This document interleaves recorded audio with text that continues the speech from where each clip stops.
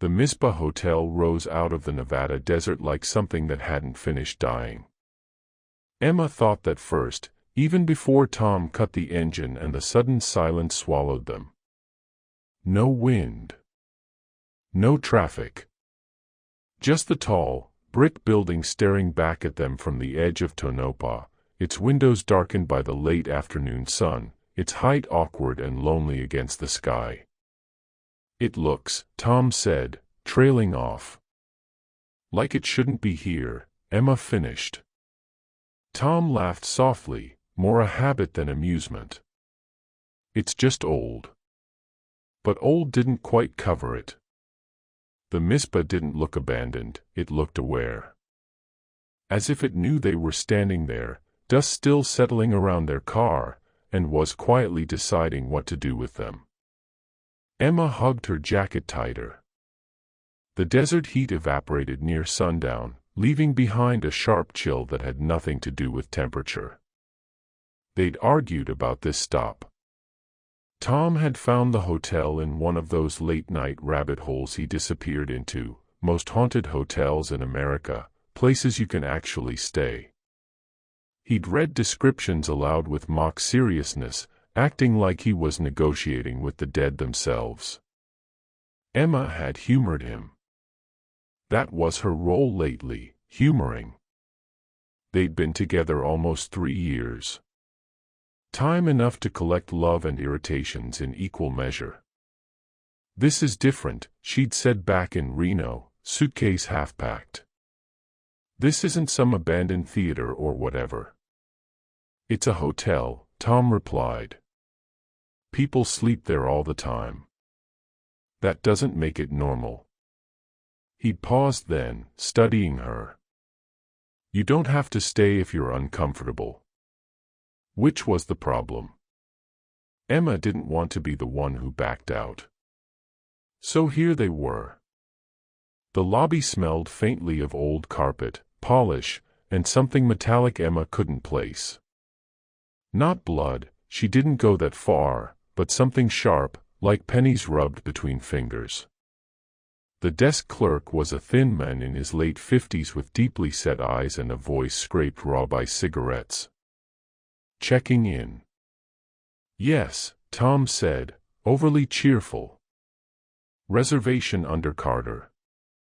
The man nodded, typing slowly, deliberately. Too deliberately. "You're in room 504. Emma felt something flicker behind her sternum. Not fear exactly. A pressure. Like a hand brushing past her ribs from the inside. "Top floor." Tom said. "Nice." The clerk's fingers stopped. "You sure?" Both of them looked up. "Sure," Tom said, confusion edging into his voice. "Why?" The men studied them for a beat too long. "Some folks prefer lower floors. Quieter." "We'll be fine," Emma said automatically. Another pause. A faint, humorless smile. "If you say so." When they reached the hallway, Emma slowed. The carpet muffled their footsteps completely. The walls were painted a dull cream that seemed darker toward the ceiling, as if smoke had settled there decades ago and never left. "You feel that?" she asked. Tom glanced back. "Feel what?" "Like, it's too quiet." He shrugged. "It's an old hotel." The elevator took them up with a wheezing groan that sounded disturbingly close to a breath. Emma stared at the numbers lighting one by one, aware, irrationally, of something counting along with them. 5. The doors parted. The hallway was longer than the others, the ceiling slightly lower. Doors lined both sides, identical and evenly spaced, stretching away into shadows. Their room was halfway down. Tom unlocked the door, pushing it open with the toe of his shoe. The smell was stronger here, old furniture, dust, and something floral, faint but persistent. "Please don't tell me that's perfume," Emma said. Tom sniffed. "Could just be cleaning products." But the room was clean in a way that suggested effort, not care. The bedspread was neatly arranged, heavy and dark red. The furniture was thick, wooden, antique without being decorative. The mirror above the dresser reflected the room too clearly, no distortions, no comfort.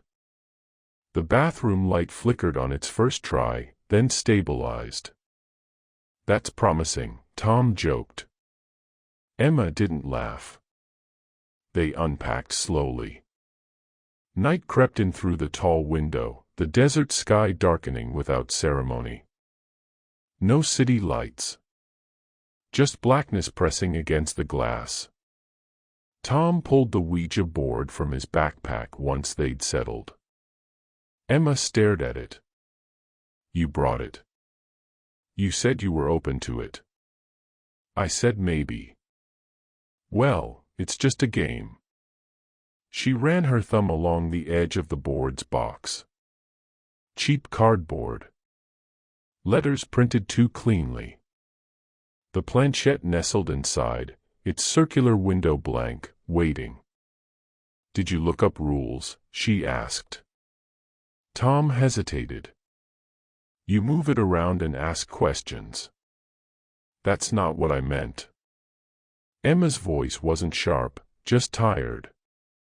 Something about the room made her aware of the weight of her words, as if they didn't evaporate when spoken. "Okay," Tom said. "No graveyards. No mocking. We say goodbye." "That's not funny." "I'm serious." The lights flickered again, brief, unmistakable. They froze. "Probably wiring," Tom said, too quickly. Emma sat on the edge of the bed. "I don't want to do this." Tom knelt in front of her. "We don't have to." But the board was already out. Already there. She sighed. "Just, if anything feels weird, really weird, we stop." Agreed. They turned off the overhead light, leaving only the lamp by the bed. Shadows stretched long and layered. The mirror caught them both, seated cross-legged on the carpet, hands hovering uncertainly over the planchette. Emma whispered, "This is stupid." Tom smiled. A little. They placed their fingers down. The board was cool beneath Emma's skin. "My name is Tom," he said. "Is anyone here who would like to speak with us?" Nothing happened. Seconds passed. Emma exhaled, relief loosening her shoulders. Then the planchette twitched. Barely. Tom's smile faltered. "You moved it." "No, I didn't." Another twitch. More deliberate this time. Emma's pulse climbed. Her fingers felt heavy, resistant, like she was pressing down on something that pressed back. "Okay," Tom said softly. "Is someone here?" The planchette slid. Not smoothly.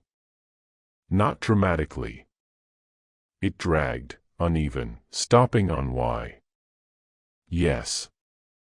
Emma swallowed. "This is you." "Emma, seriously, I." It moved again. EMMA. Her name. Cold flooded her arms.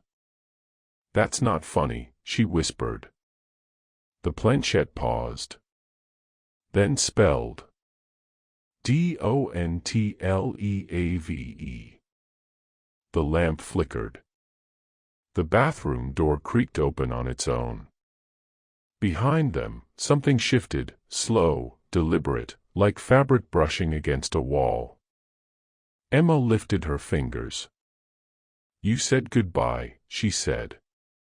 Tom didn't respond. He was staring at the mirror. Tom, she whispered. His reflection was smiling. He wasn't. Emma didn't remember standing up. One moment she was on the floor, fingertips hovering inches above the Ouija board, heart rattling hard enough to bruise her ribs.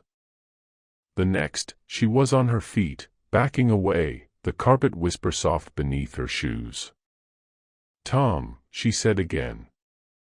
He didn't turn. The mirror caught him too clearly. His face looked the same crooked nose, same faint scar near his eyebrow, but something in his eyes didn't line up with his body. The reflection's smile lingered a fraction too long, stretched wider than Tom's jaw could comfortably allow. Emma followed his gaze. The board. The planchette had stopped moving, resting squarely between goodbye and yes. You didn't finish it, she whispered.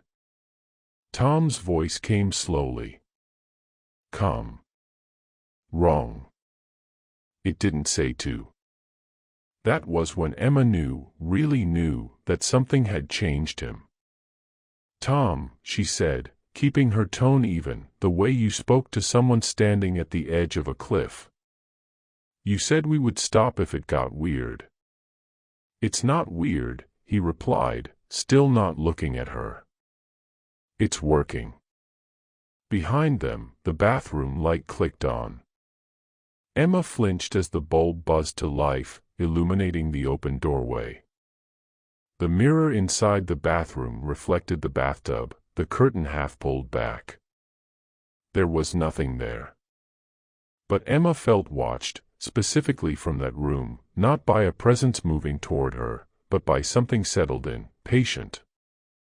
You didn't bring this here, did you? She asked quietly. Tom blinked, finally tearing his eyes away from the mirror. His smile faded. Confusion passed over his face like a ripple across water. What? Her heart stuttered. Hope sparked.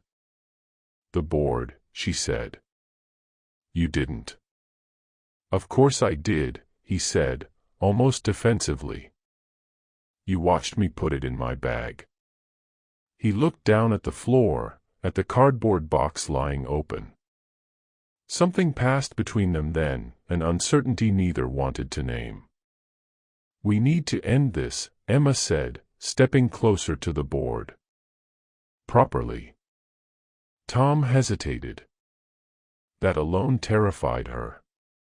You said goodbye, she pressed. It's part of the rules. I know the rules, Tom snapped, sharper than she expected. He rubbed his temples. I feel strange. How? Like my head's full of static. He laughed weakly. And like someone's listening. Emma crouched, ignoring the way her hands trembled as she reached for the planchette. The air felt thicker near the floor. Heavy. Charged. Goodbye, she said firmly. She pushed the planchette toward the word. It resisted. Not like friction, like pressure from the other side. Her breath caught. Tom noticed too. Emma. I've got it, she said through clenched teeth. She pushed harder. The planchette slid, slowly, reluctantly, onto goodbye. The lamp flickered once. Then went steady. The bathroom light shut off. Silence poured back into the room, filling every corner. They stared at the board, waiting. Nothing happened. Minutes passed. Emma sagged against the bed, adrenaline draining out of her muscles. That was dumb, Tom murmured. I'm sorry. She nodded, still unable to trust her voice. Let's just sleep, he added. Early start tomorrow. He gathered the Ouija board box, sliding the lid closed with care that felt almost reverent, then shoved it back into his backpack. The zipper rasped loud in the quiet room. But as he set the bag down by the dresser, Emma noticed something that sent a chill through her. The backpack bulged slightly, as if the board hadn't quite fit inside. She said nothing. Sleep came in pieces. Emma drifted, woke, drifted again, the bed unfamiliar beneath her, the red bedspread heavy as wet cloth. The desert night pressed at the window, soundless and complete. At some point, she became aware of movement. Not near her. In the corner of the room. She forced her eyes open. The lamp was off. Moonlight crept in pale through the glass, barely touching the furniture. Shadows pulled thickest near the closet. The door stood open. Emma was certain, absolutely certain, that she had closed it before getting into bed. She held her breath, listening. A whisper of fabric. Not wind. Not footsteps. Something brushing against something else. She nudged Tom gently. "Hey." He didn't respond. "Tom," she whispered.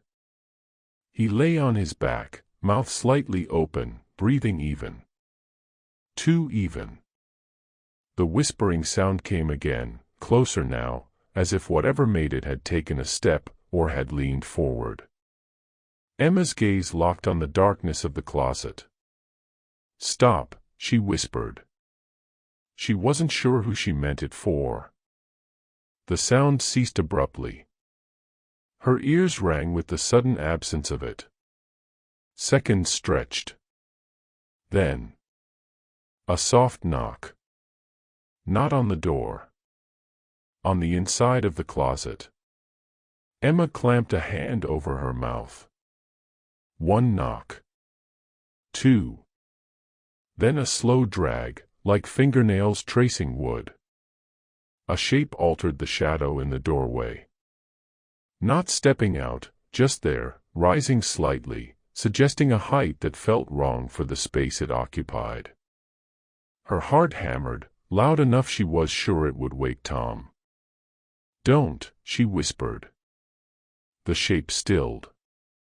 Then withdrew, melting back into the darkness until the doorway was empty again.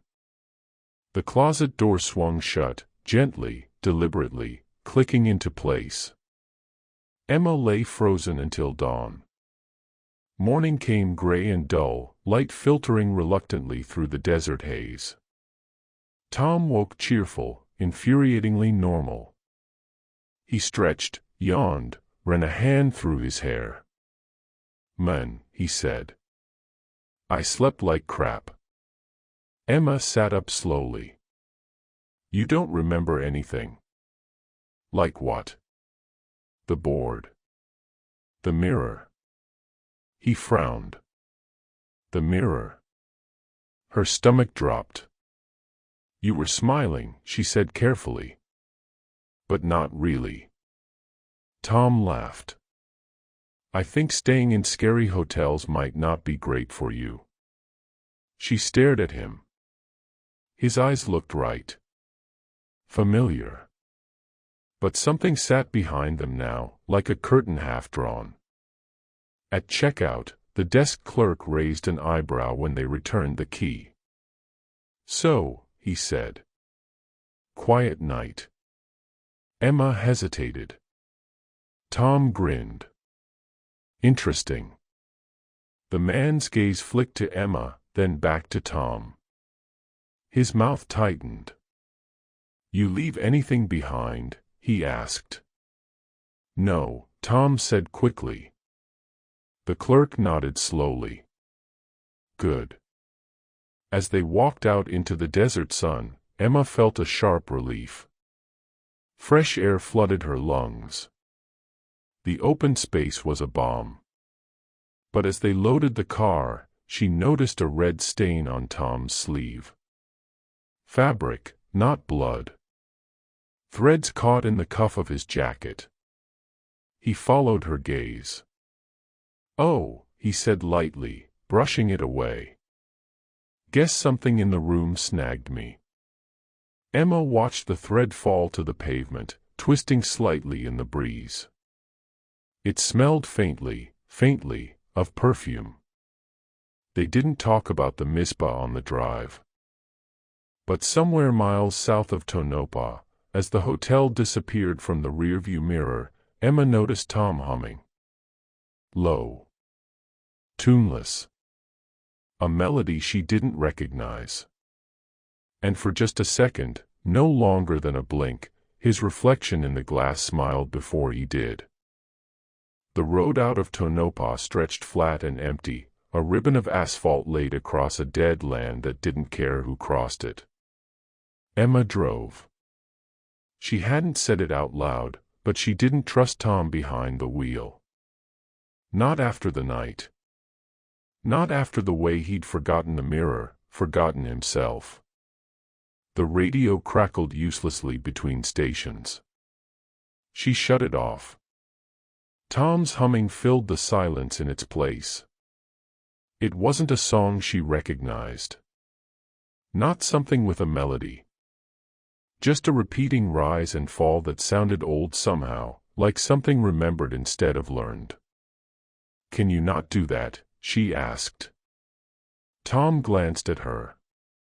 "Do what?" "That." He stopped humming instantly.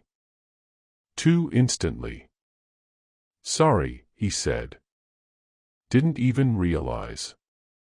Emma's knuckles whitened around the steering wheel. The desert drifted by, empty hills and scrub brush blurring together. Every so often they passed abandoned buildings, collapsed shacks, rusted signs, skeletons of towns that hadn't survived long enough to bother dying properly. She tried not to think about the Mizpah rising alone out of that nothing, watching the road. "You ever feel like you forgot something important?" Tom asked suddenly. "Yes," Emma said. "Constantly."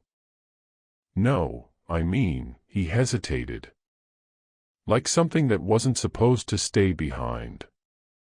Her grip slipped. The car drifted toward the shoulder before she corrected it. "What do you mean?" she asked, heart thudding. Tom frowned. "Nothing. Just a weird feeling." A mile later, her phone buzzed in the cup holder.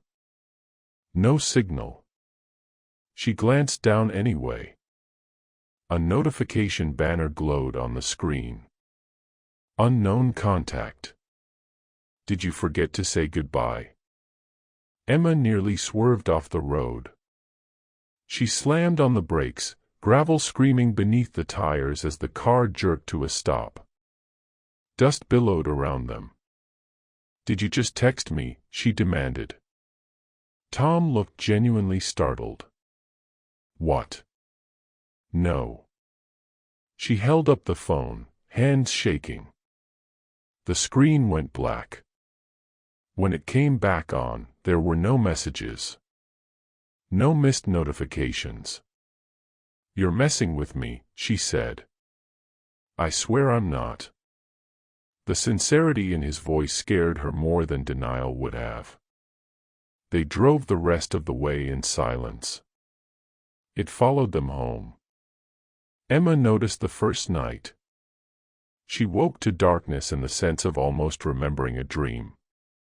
Something involving fabric brushing her arms. Whispered words slipping away as soon as she grasped for them. Tom lay beside her, awake. She knew without looking. "Are you okay?" she whispered. "Yes," he said immediately.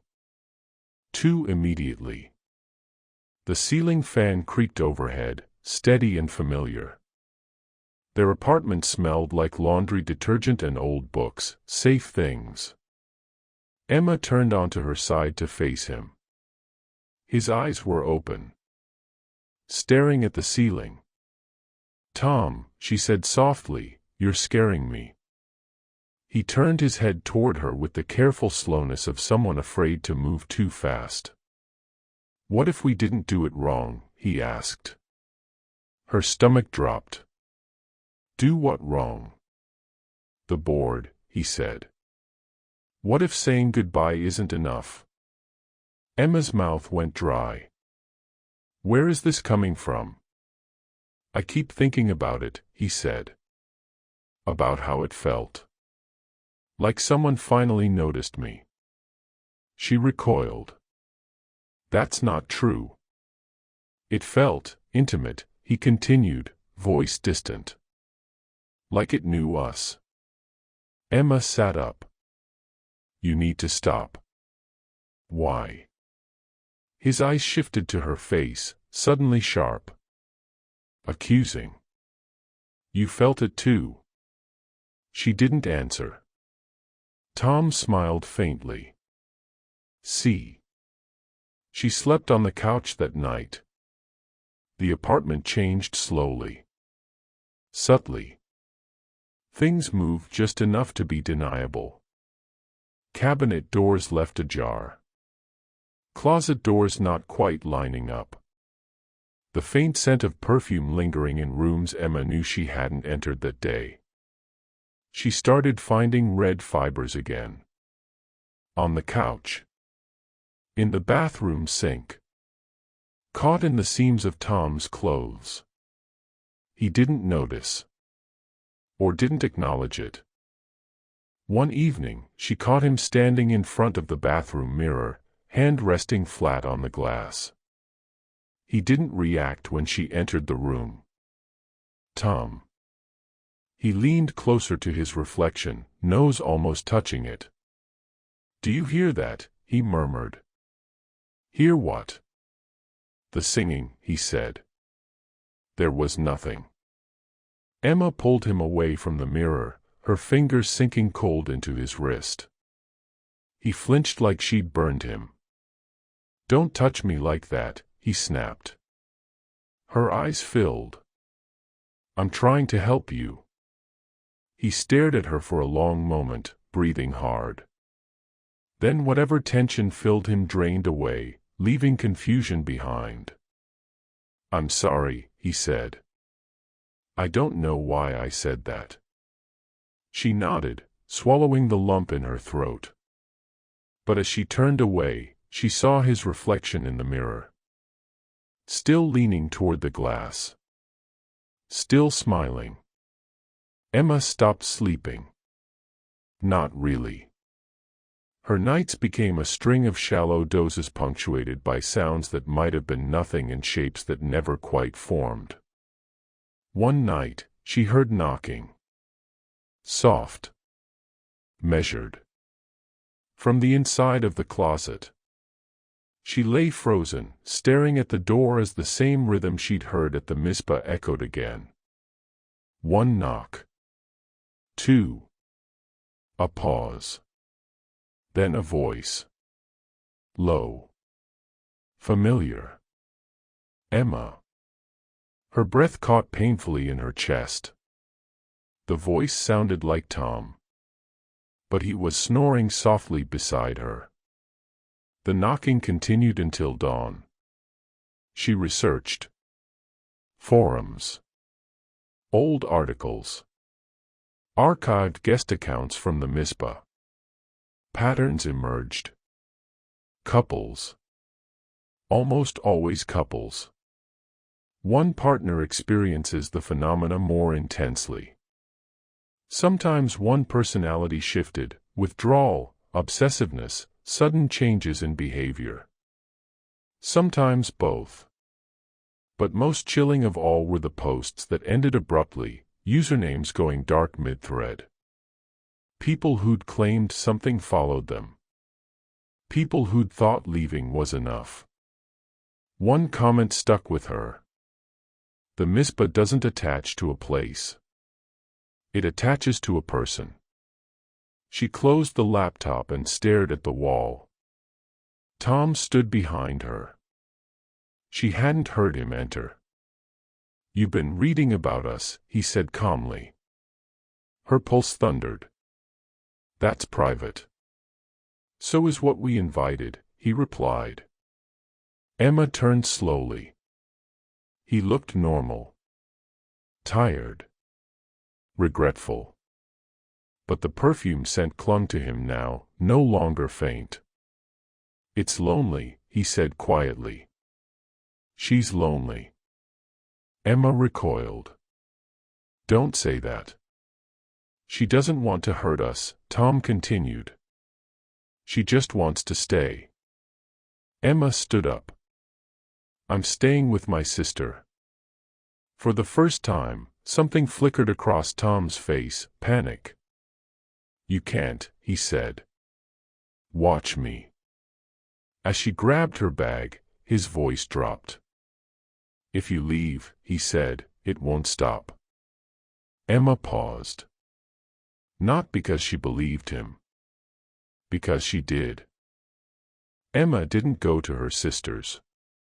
She made it halfway down the stairs before the building's fire alarm went off, one sharp mechanical scream followed by flashing lights that washed the walls in a nauseating red. Her phone buzzed in her hand. Unknown contact. "Don't make it angry." Her legs went weak. She sat hard on the stairs as neighbors poured out of apartments, annoyed, half asleep, arguing about burnt toast and faulty wiring. Tom appeared at the landing above her. Calm. Untouched by the chaos. "I told you it wouldn't help," he said gently. She stared at him. "You did this." His expression softened. Almost pitying. "I didn't." "But you're letting it," she said, rising slowly. "You're choosing this." The alarm cut off abruptly. Lights stopped flashing. The building settled back into normalcy as if nothing had happened.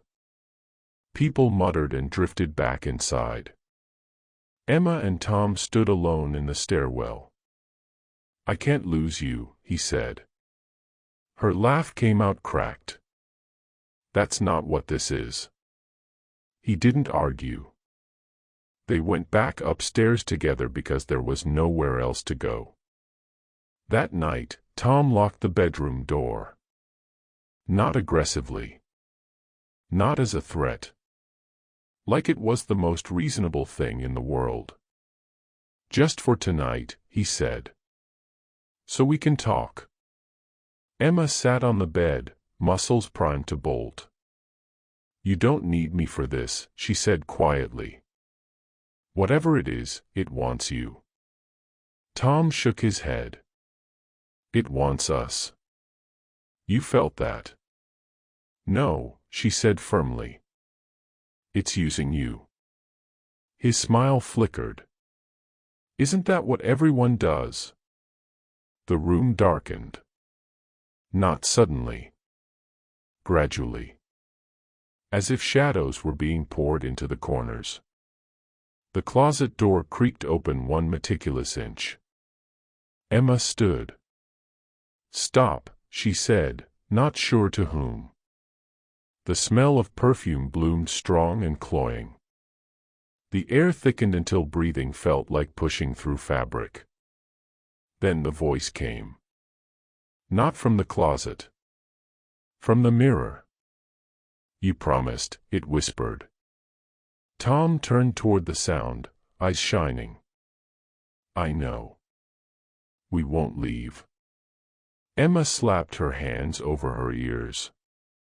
"You didn't promise anything." "She heard you," Tom said, almost scolding.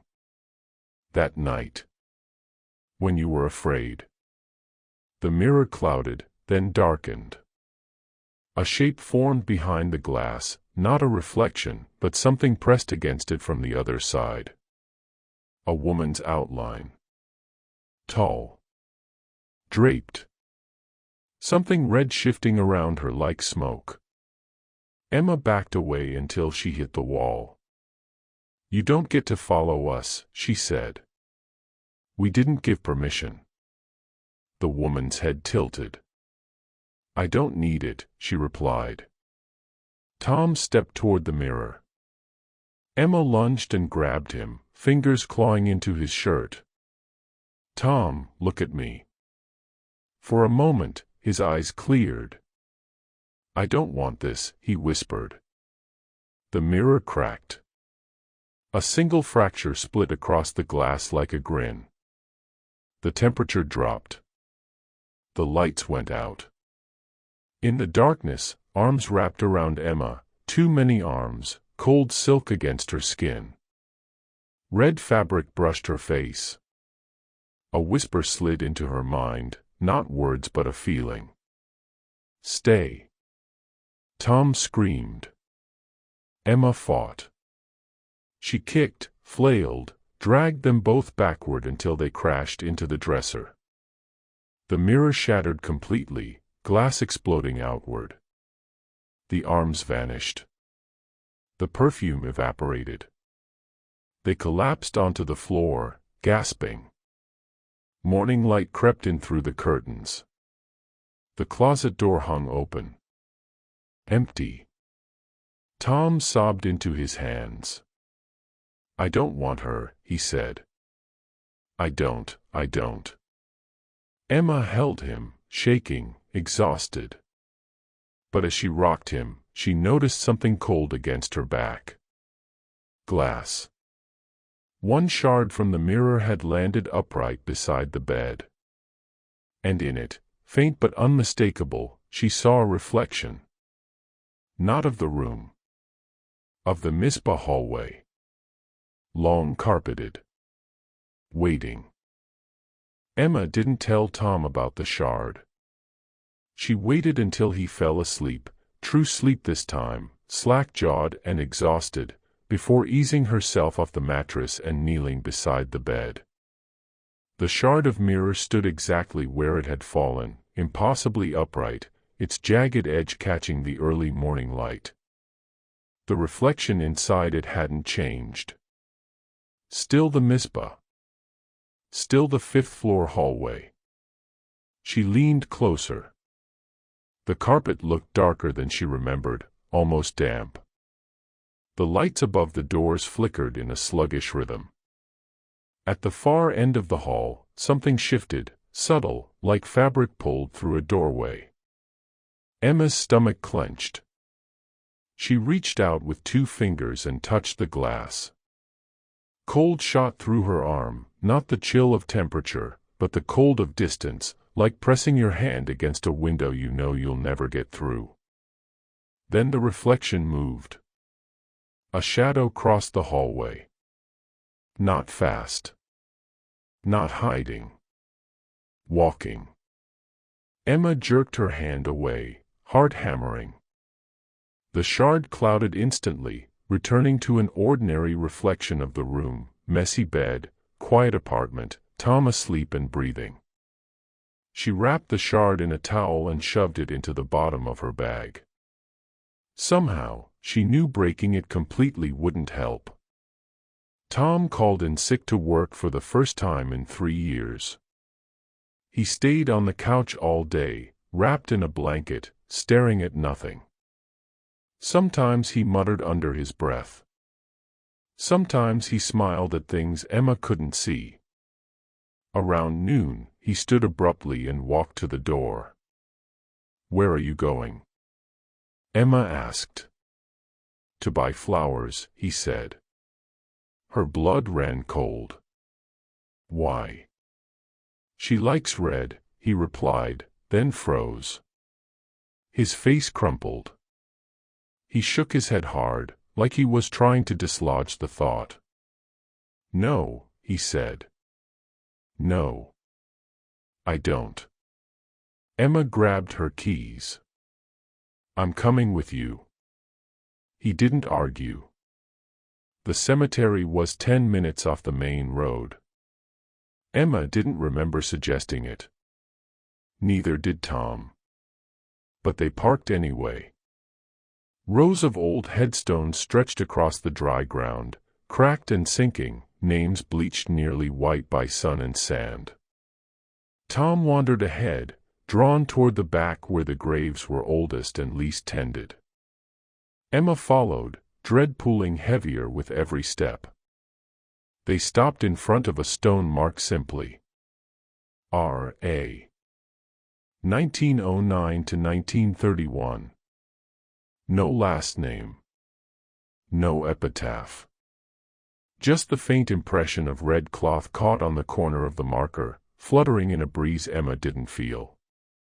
Tom reached out. "Don't," Emma said sharply. His hand hovered inches from the stone, trembling. "She died alone," he whispered. "How do you know?" He swallowed hard. "Because she tells me." Emma's breath came shallow. "Tom, listen to me. Whatever happened to her didn't have to happen again. She doesn't need someone new. She needs to be left alone." Tom's mouth twisted. "That's not what she wants." The pressure behind Emma's eyes built until she thought she might black out. "She wasn't murdered," Tom continued quietly. "She stayed." Emma stared. "What?" "They locked her in," he said. "Not in a room. In a role. She took care of them. Looked after them. Watched." Emma's mind snapped back to the meaning of the word Mizpah. Watchtower. "She learned," Tom said. "Learned how to listen. How to follow. How to wait. And how to attach herself to people who feel unseen," Emma said bitterly. Tom turned to her. His eyes were red, exhausted, terrified. "She says I remind her of someone." Emma felt rage flare through the fear. "You're not a replacement." "I know," he said. "That's why she's angry." A gust of wind tore through the cemetery, sharp and sudden. The red cloth on the marker whipped free and vanished into the dirt. Tom staggered, clutching his head. Emma grabbed him before he fell. "Okay," she said, voice shaking but firm. "Okay. Listen to me. We're not going back to that hotel. We're not letting her use you. If she wants something, we make her face it." Tom looked at her weakly. "How?" Emma thought of the shard in her bag. Of the hallway. Of the open doors. "We give back what she gave us," she said. They returned to the apartment as the sun bled into evening. Emma laid the shard on the kitchen table between them. Tom stared at it like it might bite. "You brought it with us," he said. "It came anyway," she replied. She waited until the hallway appeared again, until the Mizpah noticed her noticing it. Then she spoke. "We didn't come to stay," Emma said aloud. "You don't get to keep him." The reflection shimmered. A door at the end of the hall creaked open. The smell of perfume flooded the kitchen. Tom gasped, clutching his chest. "She's here." Emma didn't break eye contact with the glass. "You want attachment," Emma said. "You want someone who sees you. But you don't get to hollow people out to do it." The shadow formed slowly at the end of the hall. Red fabric. Tall. Still. "You left me," the woman said, not aloud, but directly into Emma's head. "We didn't lock you there," Emma replied. "But we won't stay either." The figure shifted closer. The shard cracked with a sharp ping, a fracture spidering across its surface. Emma slammed her palm down on it. "If you follow him again," she whispered, "I will look at you every day until there's nothing left to watch." The hallway trembled. Lights blew out one by one. The woman's form faltered, stretched thin, like smoke pulled too hard. Then the shard went dark. Completely. The perfume dispersed. The pressure lifted. Tom collapsed forward, breathing hard but free. They didn't sleep that night. But for the first time, the apartment stayed quiet. The silence didn't feel like peace. It felt like something holding its breath. Emma noticed it first thing in the morning, not the absence of sound, but the tension in it. The apartment was still, perfectly ordinary, but her skin prickled as though she'd stepped into a room where an argument had paused mid-sentence. Tom slept late. When he finally woke, his voice sounded like his again. Groggy, human, annoyed about a crick in his neck. I feel, he hesitated, searching. Empty. Relief rushed through Emma so fast it made her dizzy. Empty was good. Empty meant room to heal. But emptiness never stays empty. By noon, the scent returned. Light at first. The faint impression of perfume drifting through the hallway, subtle enough that Emma questioned herself. By evening, it was unmistakable. Tom stopped mid-sentence while she was cooking. "She's back," he said flatly. Emma set the knife down very carefully. "No. She can't reach me," he continued, brow furrowed. "Not like before. But she's close." The lights dimmed. Not off. Just lower. Every bulb in the apartment dulling at once. Emma swallowed.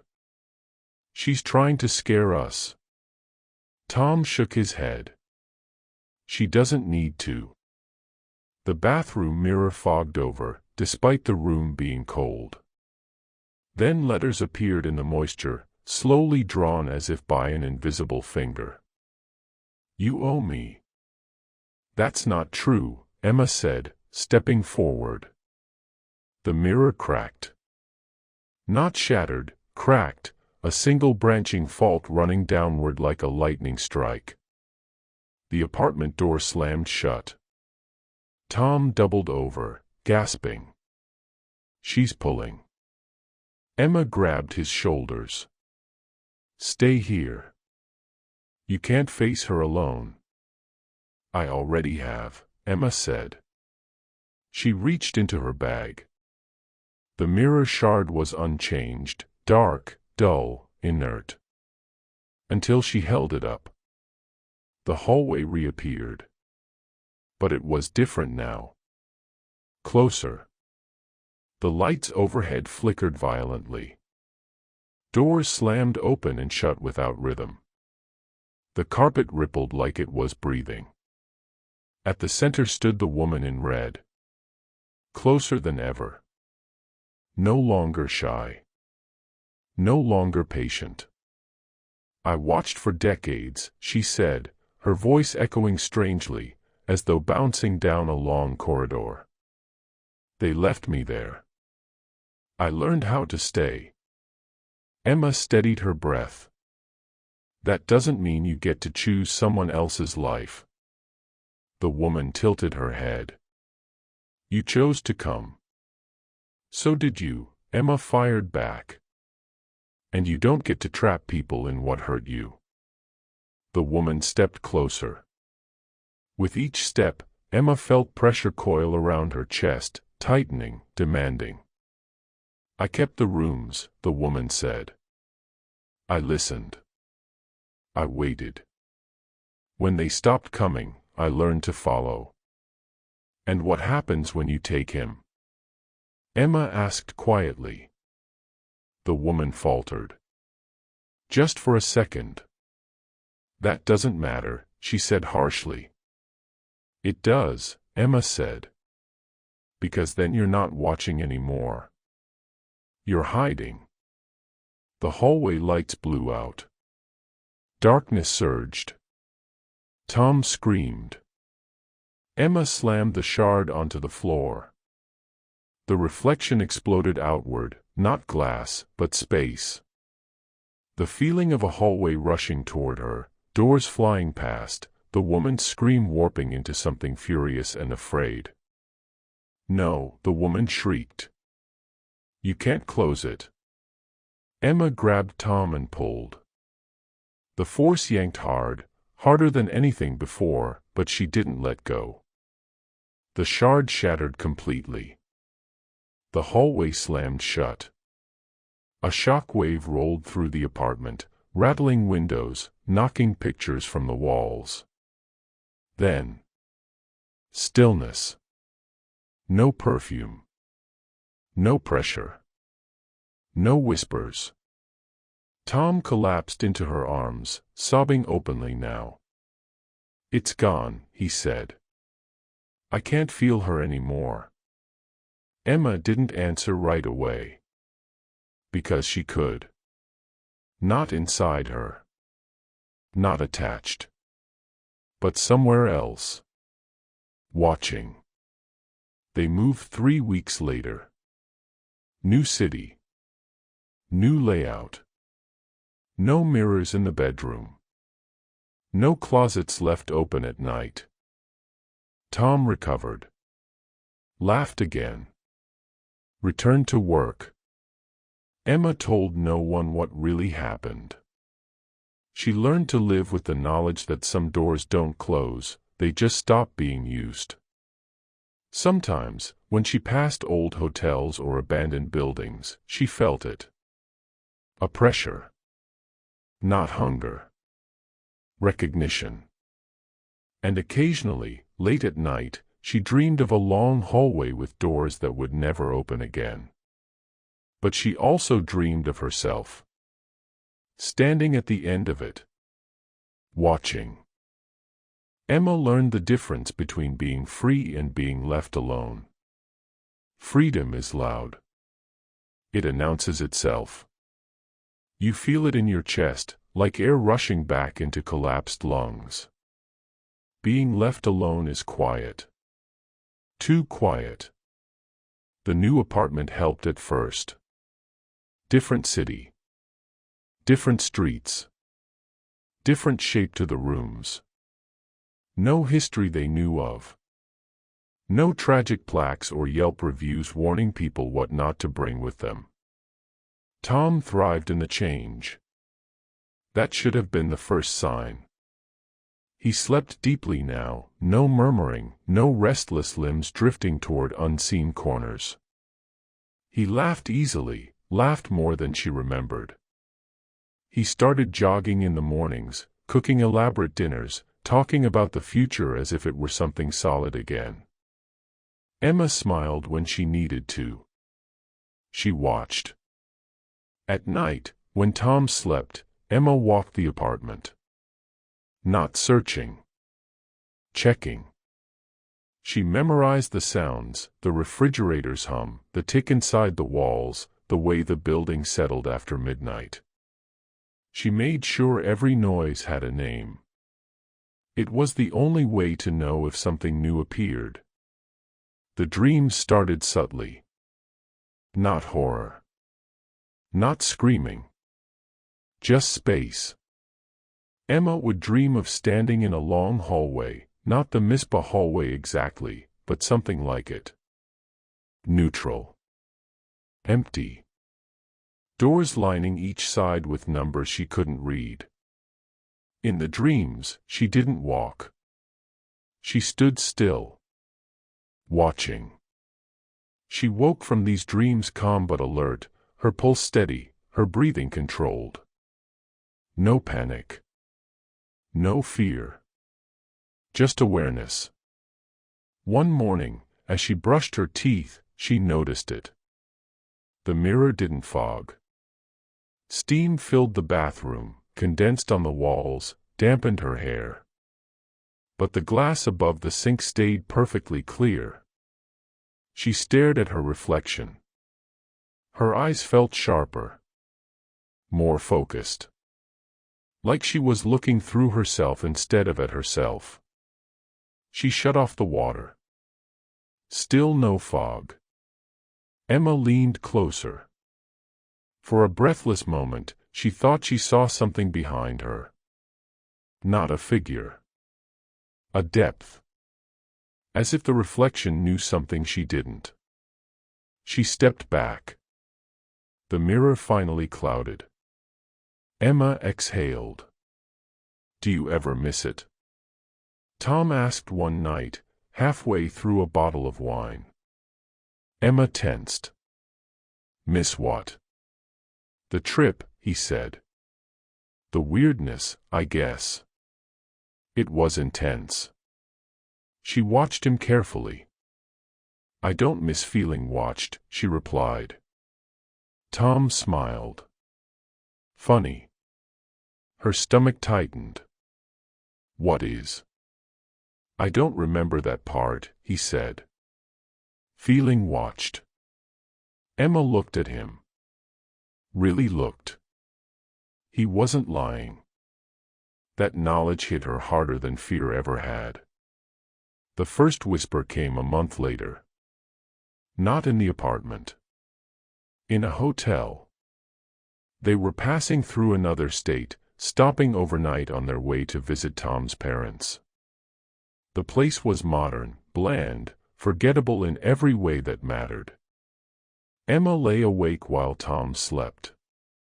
The hallway outside their room was empty. Then, Emma. Her name. Not Tom's voice. Not the woman's. Something quieter. Something trained. Her skin prickled. She knew that if she opened the door, nothing would be there. And that if she didn't, something would still be satisfied. She stayed in bed. The whisper never came again. A week later, she found herself correcting Tom. Not consciously. Just reflex. "We should move the bed away from the mirror," she said casually. "Don't leave doors open at night. Hotels above the third floor aren't a good idea." Tom laughed it off. Trusted her instincts. He'd always trusted her. That was the problem. One evening, while unpacking groceries, Emma caught her reflection in the microwave door. For a split second. Not smiling. Waiting. She dropped the bag. The glass returned to normal. Her heart pounded harder than it had the night the mirror shattered. Because this time, no perfume lingered. No pressure followed. Nothing took from her. Emma stood in front of the bathroom mirror that night and spoke softly. "I didn't invite you," she said. The reflection remained her own. "I didn't ask for this." Still nothing. But deep inside her chest, below memory, below fear, something shifted. Acceptance. Not of a presence. Of a role. Emma lowered her hands. "I won't trap anyone," she said. "I won't follow." Her reflection blinked. Slow. Deliberate. Agreement, or acknowledgement, she couldn't tell. Years passed. Tom forgot the Mizpah entirely. Their life grew steady. Comfortable. Quiet in the good way. Emma never forgot. She volunteered at old buildings, historical societies, preservation groups. Places filled with echoes but no teeth. She learned how environments hold things, and how they let go. People who stayed with her during visits said she made them feel safe. Watched over. One woman hugged her goodbye and said, "I don't know why, but I slept better here than I have in years." Emma smiled. She understood. The Mizpah Hotel remains open. Guests still whisper about the lady in red. But fewer people report activity now. The sightings are softer, duller, less hungry. As if something has loosened its grip. As if something else has taken over watching. Not to possess. Not to follow. Just to ensure nothing ever does again. And sometimes, very late at night, Emma dreams of a long hallway. But now, she isn't at the end. She's at the center. Doors closed. Light steady.